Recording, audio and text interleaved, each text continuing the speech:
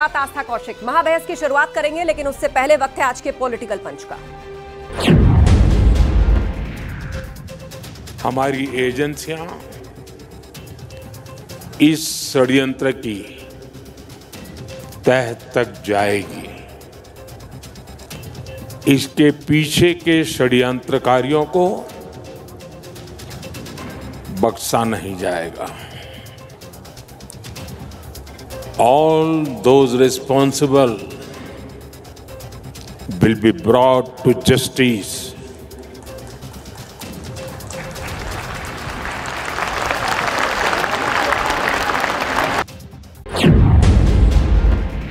लेकिन सवाल वही खड़ा हो जाता है कि इंटेलिजेंस फेलियर क्यों हो रहा है, ये घटना क्यों हो रही है।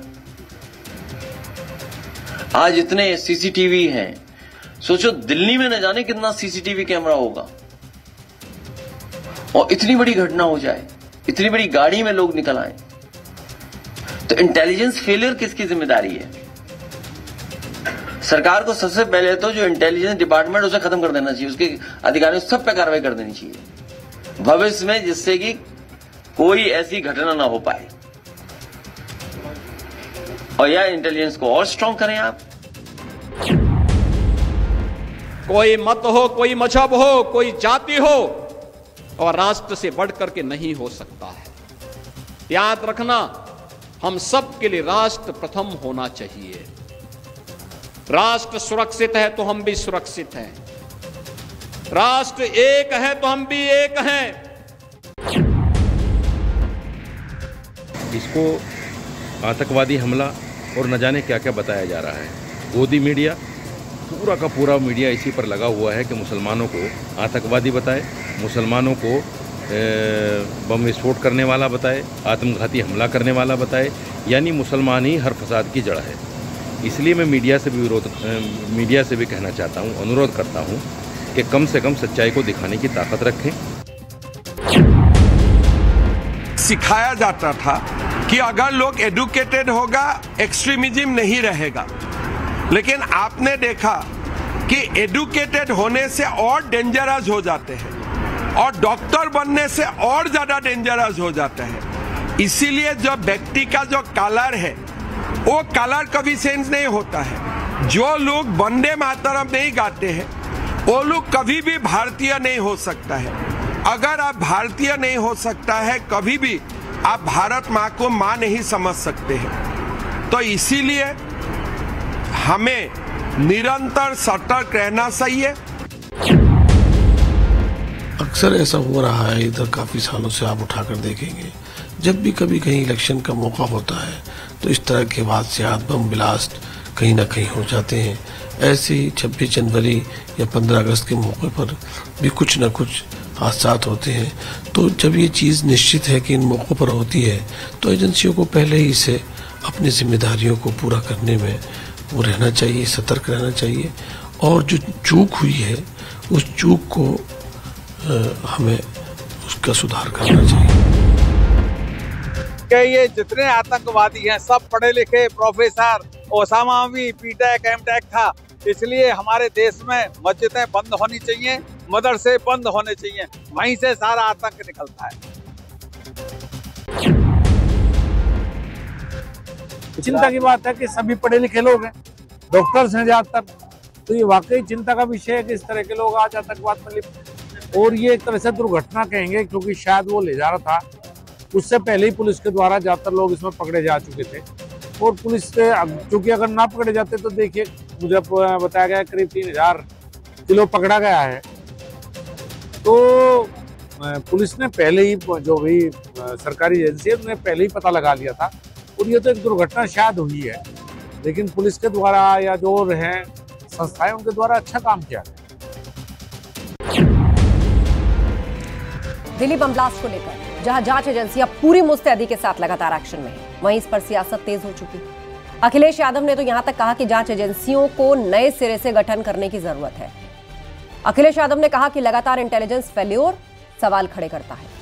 वहीं एसपी सांसद नदवी और मौलाना साजिद रशीदी ने मुस्लिमों को टारगेट करने का आरोप लगा दिया। इस पर बीजेपी ने भी करारा पलटवार किया। इस बीच पीएम मोदी आज दिल्ली के एलएनजेपी हॉस्पिटल पहुंचे और घायलों का हालचाल जाना।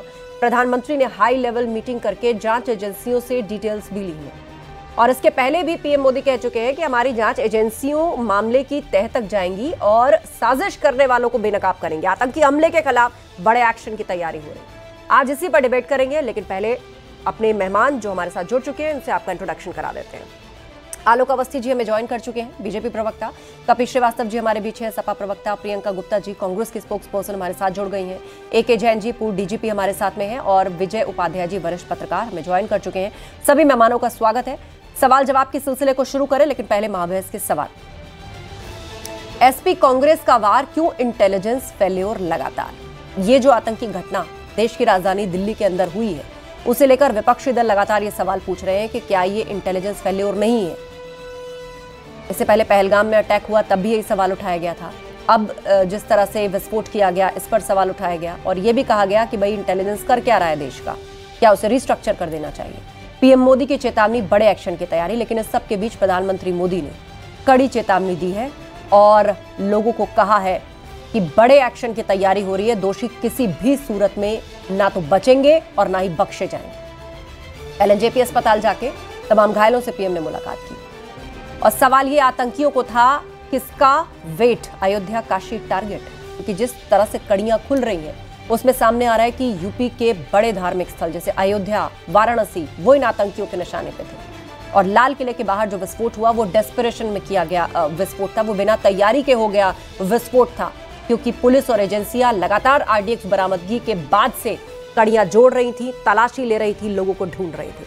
तो चलिए चर्चा की शुरुआत करते हैं। सबसे पहले आलोक अवस्थी जी, आप ही से सवाल, और सवाल वही जो महाबहस में हमने उठाया कि सियासत इस पर जबरदस्त तरीके से तेज है। समाजवादी पार्टी के एक सांसद कह रहे हैं कि भैया मुस्लिमों को टारगेट कर दिया गया।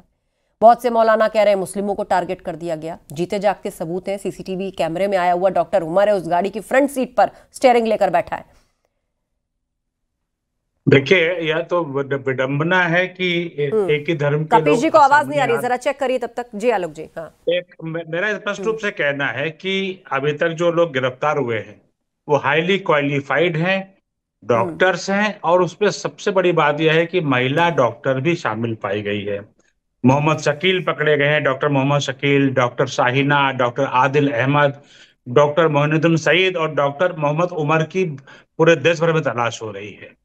29,000 किलोग्राम विस्फोटक पकड़ा गया। AK-47 के तमाम जगहों पे राइफलें पकड़ी गई हैं। तमाम तरह के ऐसे नेटवर्क पकड़े गए हैं जिनका ऑनलाइन चीजों को जोड़ा जा रहा था आपस में। कई सारे विदेशों से संपर्क जोड़े गए हैं। सुरक्षा एजेंसियां अपना काम कर रही हैं। सुरक्षा एजेंसियां कभी भी अपराधी का धर्म देख करके या जाति देखकर कार्रवाई नहीं करती हैं।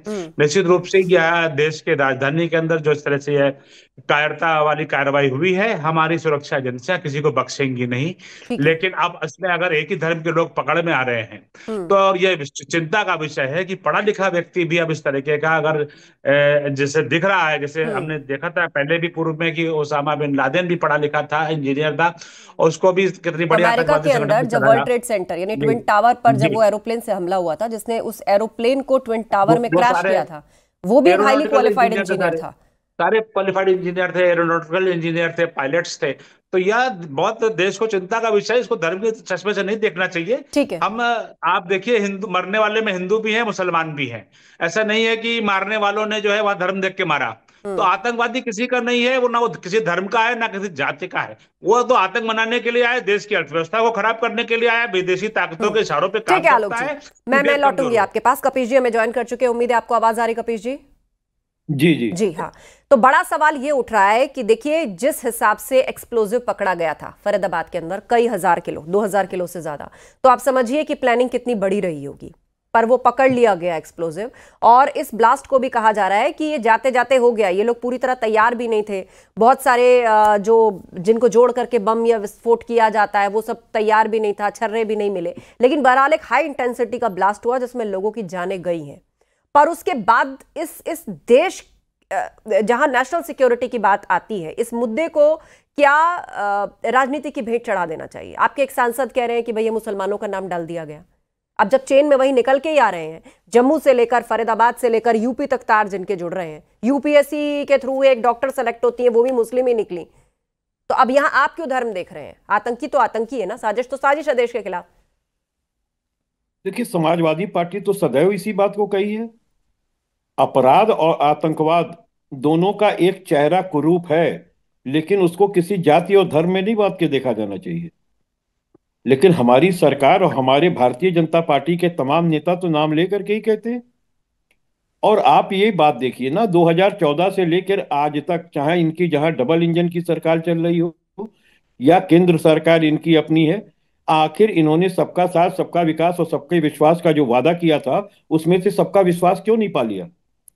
आपको ये सोचने के लिए मजबूर नहीं होना चाहिए कि एक एलिट तबका जो कि बुद्धिजीवी है, जिसने की पढ़ाई करके डॉक्टर बना है, आज अगर वो इस तरीके के उन्माद के दौर से गुजर रहा है, तो आखिर क्यों गुजर रहा है?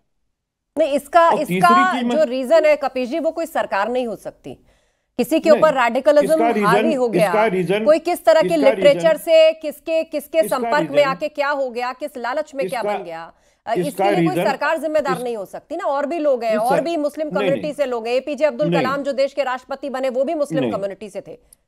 मैं आपकी बात उनमें से काबिलियत थी, देश ने उनको सहयोग किया, अपॉर्चुनिटीज मिली, वो पहुंचे कहने का मतलब आपका समझ रहे हैं। हाँ। हम आपके कहने का मतलब समझ रहे हैं, लेकिन मैं आपको एक बात कहना चाहता हूं कि हर इंसान एक जैसा नहीं होता है। सभी लोग अब्दुल कलाम आजाद और वीर अब्दुल हमीद नहीं हो जाएंगे, और सभी लोग नरेंद्र मोदी और योगी और अखिलेश यादव नहीं हो जाएंगे। इंसान तो इंसान है, सब अलग अलग बने हुए। लेकिन आपको बात ये कहते हैं कि अगर जिस व्हाइट कॉलर मॉड्यूल की बात हो रही है, उससे मिलजुल कर लड़ना होगा, मिलजुल कर लड़ना होगा। मैं पहली एक बात पूरी कर लूं, वो जरूरी है, क्योंकि अगर कारण का निवारण नहीं होगा तो ऐसे हादसे मुसलसल होते रहेंगे।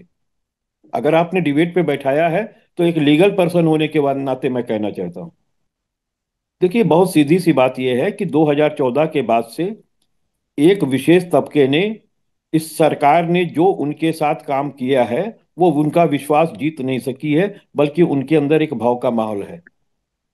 और आप देखिए, अन्याय की जो सीढ़ी है, उसका भी दुष्परिणाम होता है। मैं बार बार इसीलिए कहता हूं कि तुष्टीकरण की राजनीति बंद कर देनी चाहिए। आप मुझे एक बात बताइए, मुसलसल लगातार ब्लास्ट हो रहे हैं, उरी हुआ, पुलवामा हुआ, अभी ये हो रहा है, इससे पहले तमाम हुए। आप मुझे बताइए कि 150 जो कॉन्वॉयज उड़ा दिए गए थे, 450 किलो जो है वो आरडीएक्स आया था, वो कहां से आया था? और आज तक नहीं पता वो कहां से आया था, वो गाड़ी किसकी थी, आज तक चार्जशीटेड नहीं है। और आप एक भी बताइए, पुलवामा अटैक के बाद जो इन्होंने कहा कि हम ऑपरेशन सिंदूर कर रहे हैं, उसको इन्होंने अचानक रोक क्यों दिया है? हमारी सेनाओं ने अभी अपने लक्ष्य को पाया नहीं था, वो लक्ष्य लेना चाहती थी और उन्होंने लक्ष्य नहीं चाहा था। और ये देखिए, इनका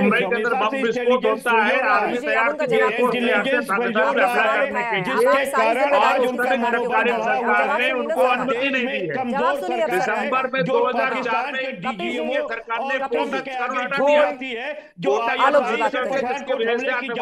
ने मुझे आप दोनों को रोकना पड़ेगा। जो पहला न्योता जो है वो नवाज शरीफ को देती है। पीसीआर इस तरह से डिबेट नहीं चलेगी। एक सेकंड, प्रियंका जी से सवाल होगा। प्रियंका जी मेरा सवाल आपसे यही कि जिस तरीके से एक व्हाइट कॉलर मॉड्यूल की बात देश में उठी है कि वो क्वालिफाइड तबका, हर कोई डॉक्टर नहीं बन जाता, ठीक है, उसका सिलेक्शन कितना मुश्किल है हम सब लोग जानते हैं। अगर कोई मैनेजमेंट कोटे से भी जाता है ना, तो भी मार्क्स चाहिए होते हैं, पढ़ाई चाहिए होती है। और अगर कोई एडमिशन लेके घुस जाए तो उसको पास करने के लिए भी पढ़ाई चाहिए होती है। पर आप सोचिए, एमबीबीएस एमडी डॉक्टर्स अगर इस तरह के एकदम से रैडिकल कन्वर्ट होकर अपने देश के खिलाफ इतनी बड़ी साजिश रचते हैं कि 2 साल से विस्फोटक जमा हो रहा है, स्लीपर सेल की हेड जो है एक महिला है, शाहीन, जिसकी तस्वीर बार बार स्क्रीन पर चल भी रही है, सामने आ रहा है, तो इससे मिलजुल कर लड़ना होगा। इस मुद्दे को राजनीति की भेंट चढ़ाना कहीं से भी सही नहीं है। बिल्कुल सही कह रही हैं आस्था जी। आज देश में पूरी तरीके से जो एक माहौल है वो एक डर का माहौल है। और डर किस लिए है? क्योंकि सुरक्षा की कमी है। सुरक्षा की कमी किस लिए है? क्योंकि हमारी जो एजेंसीज हैं, जो सुरक्षा एजेंसीज हैं, जिसमें हम जिनको आईबी कहते हैं, रॉ कहते हैं, इंटेलिजेंस कहते हैं, वो कहाँ सो रही हैं? सवाल तो ये भी है। आखिर जिम्मेदारी किसकी है? गृह मंत्री की जिम्मेदारी है। अगर गृह मंत्री इस्तीफा नहीं दे सकते, ये कह रहे हैं गाड़ देंगे, फलाना कर देंगे, तो अभी तक गाड़ा क्यों नहीं, सवाल ये भी है। अगर इंटेलिजेंस का सवाल है तो इंटेलिजेंस की मतलब नहीं है, धर्म का मतलब नहीं है। हमें इस देश की सुरक्षा चाहिए, और सुरक्षा के लिए किसी भी धर्म का हो, किसी भी जाति का हो, महिला हो, पुरुष हो, इररिस्पेक्टिव, हम चाहते हैं आप उसको पकड़िए, उसको फांसी पे चढ़ाइए। आपको किसने रोका है कि अगर वो महिला है तो उसको नहीं पकड़ सकते, अगर वो पुरुष है या वो पढ़ा लिखा है? अरे भाई, ये ध्रुव सक्सेना कौन था? ध्रुव सक्सेना आईएसआई का एजेंट था और बीजेपी आईटी सेल में काम करता था। ये प्रदीप कुरूलकर कौन था? डीआरडीओ का साइंटिस्ट था, आरएसएस से जुड़ा हुआ व्यक्ति था। तो हमें उससे मतलब नहीं है, किसी भी पार्टी से जुड़ा हुआ हो, इररिस्पेक्टिव।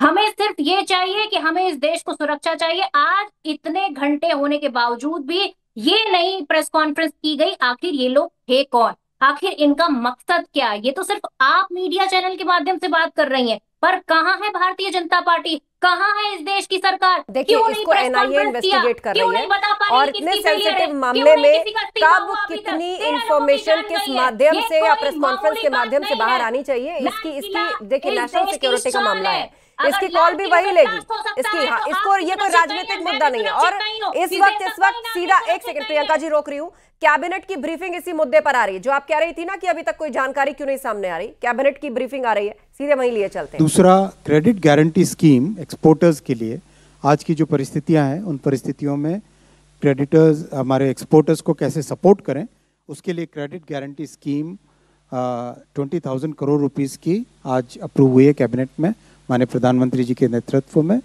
और तीसरा, हमारे जो क्रिटिकल मिनरल्स का प्रोडक्शन है उसके ऊपर कानून में एक अमेंडमेंट किया गया है, जिससे कि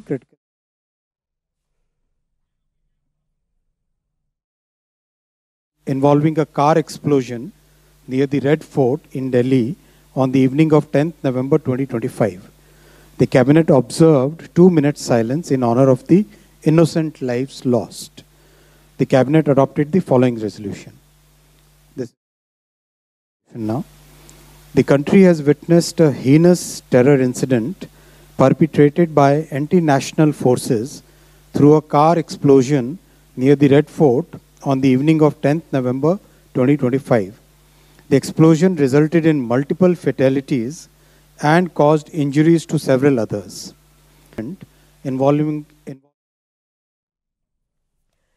चलिए, केंद्रीय मंत्री अश्विनी वैष्णव इस वक्त ब्रीफिंग कर रहे हैं। अभी कुछ जानकारी उन्होंने दी है, बहुत सी जानकारियां अभी सामने आने बाकी हैं, और चर्चा यही चल रही है कि आतंकियों को किसका वेट था, अयोध्या काशी टारगेट था क्या?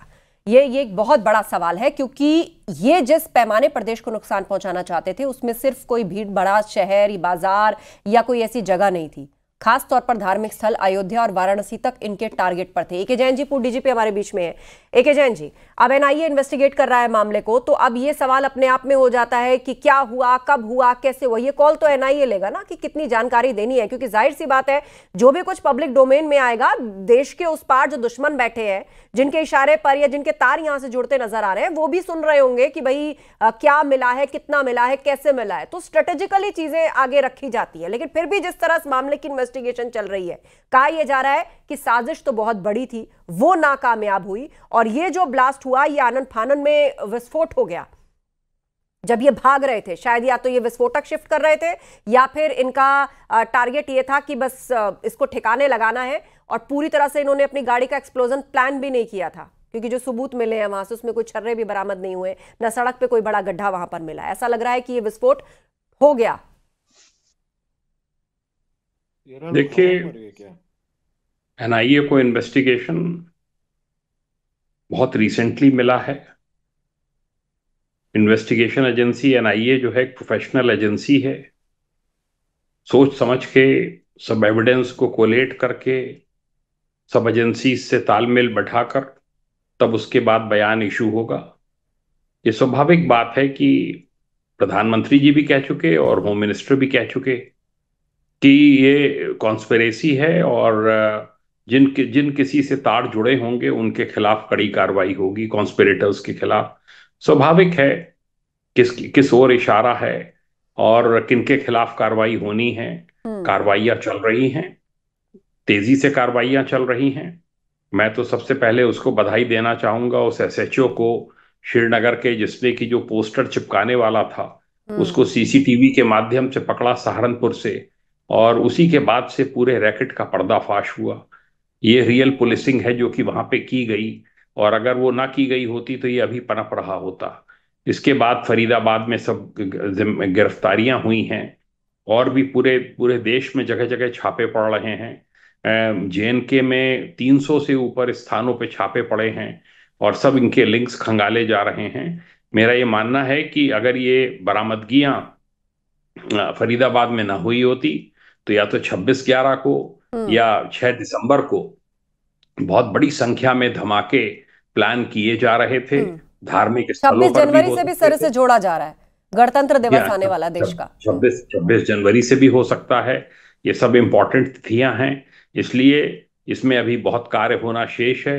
लगातार गिरफ्तारियां हो रही हैं। जहां तक बात डॉक्टर उमर की रही, सस्पेक्टेड यही है कि वो फिदाइन हमला था या वो मौजूद था और एक्सीडेंटल ब्लास्ट हुआ, तो वो तो कुछ ऐसी थ्योरी फिलहाल सामने आ रही है, हालांकि कंफर्म कोई कुछ नहीं कर रहा है। ये सब स्पेकुलेशंस ही हैं कि ऐसा हुआ होगा, क्योंकि जो फोरेंसिक एक्सपर्ट्स पहुंचे उनको ऐसा कोई बहुत बड़ा गड्ढा या छर्रे नहीं मिले कि फिदाइन हमले से पहले पूरी प्लानिंग होती है बॉम्ब बनाने की। शायद वो लोग पूरे प्रोसेस को मुकम्मल नहीं कर पाए थे और फट गया था जो भी विस्फोट उसके अंदर था। आलोक जी कुछ कहना चाह रहे हैं, फिर मैं विजय जी का रुख करती हूँ। बोलिए आलोक जी। देखिए आस्था जी, हमारे सुरक्षा कर्मी और हमारे सुरक्षा की जो फोर्सेज है वो बहुत कॉम्पिटेंट है, और उन्होंने कई हमलों को नाकाम किया है। मैं आपको बताना चाहता हूं कि 2004 से 14 तक यूपीए की सरकार में 3600 से अधिक आतंकवादी घटनाएं प्रतिवर्ष होती थी। मोदी सरकार में 25 वर्षों में सबसे न्यूनतम समय जो है घटनाओं पे हम आ गए हैं। पाकिस्तान को ग्रे लिस्ट में हमने दिलवाया। 2004 में यूपीए ने तुष्टीकरण के लिए कोटा हटवा दिया। 1986 में दाऊद भाग गया, 93 में सलाउद्दीन भाग गया, टाइगर मेमन भाग गया, 2007 में रियाज भटकल भाग गया, 2000 में इकबाल भटकल चला गया, 2005 में अयोध्या में बम विस्फोट किए गए, 2006 में लोकल ट्रेन मुंबई में 187 लोग मारे गए, 2006 में डोडा के 34 लोग मारे गए, 2005 से लेकर 11 तक में 27 बड़े हमलों में 1030 लोग मारे गए। ये सरकार है। और ठीक है, मैं विजय उपाध्याय जी को चर्चा में लेकर आती हूँ। ठीक है आलोक जी मैं लौटूंगी आपके पास। विजय जी, ये भी कहा गया, हमने देखा कि भाई बिहार में वोटिंग से पहले ये ब्लास्ट हो गया, इसका तो चुनाव से कनेक्शन है, ये सब ध्यान भटकाने के लिए, इस तरह की भी बहुत सारी बातें की गई, इसे लेकर भी राजनीति की गई। ये अंबानी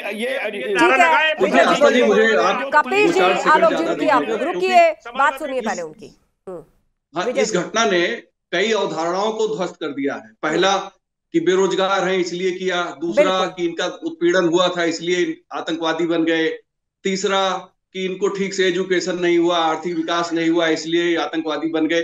3 परंपरागत धारणाओं को इस घटना ने ब्रेक कर दिया। दूसरा, एक फैंसी लॉजिक क्रिएट की जा रही है कि इसमें आतंकवाद जो हमारी सुरक्षा एजेंसियां फेल हो गई। अगर फेल हुई होती तो 2900 किलो अमोनियम नाइट्रेट, AK-47 और ये तमाम चीजें और इतने बड़ा कुनबा पढ़े लिखे लोगों का गिरफ्तार न होता, और जिसमें जहर बनाने की भी एक बहुत बड़ी साजिश भी सामने आई है कि वो रेजिन बना रहे थे ताकि ज्यादा से लोगों को मार सके।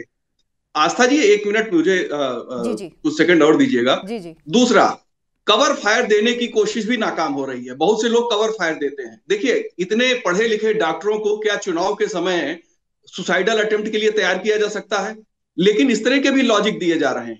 हमारे देश का दुर्भाग्य है कि डेमोक्रेसी में बोलने के राइट का बहुत दुरुपयोग होता है। बिना सोचे समझे लोग कुछ भी बोलते रहते हैं। देखिए, ये एक ऐसी घटना है और समय रहते इसको पता लगा लिया हमारी जो सुरक्षा एजेंसियां हैं, खुफिया एजेंसियां हैं, ताकि जिससे ये ब्रेक हो गया। और फिर भी एक घटना उन लोगों ने अंजाम दे दी। चूंकि उनको अटेम्प्ट करना था तो अटेम्प्ट उन्होंने किया। अब वो उसमें छर्रे मिले, गड्ढा नहीं हुआ, ये चीजें अपनी जगह, लेकिन 10 लोग मरे हैं उसमें, और एक पब्लिक प्लेस पे उन्होंने वो धमाका किया। वो एक्सीडेंटल भी अनुमान के तौर पे ही कहा जा सकता है, लेकिन वो धमाका हुआ, लोग मरे, जनहानि हुई। ये बहुत ही दुखद है। इसमें कवर फायर नहीं होना चाहिए। बिल्कुल, आपके परिवार का एक आदमी गया हो सबको आप बताइए, इस इशू को बहुत रिस्पांसिबली हैंडल करना चाहिए, चाहे पॉलिटिकल पार्टी हो या एक आम आदमी क्यों हो, क्योंकि देश से जुड़ा मसला है। के आधार पर बचाव नहीं करेंगे।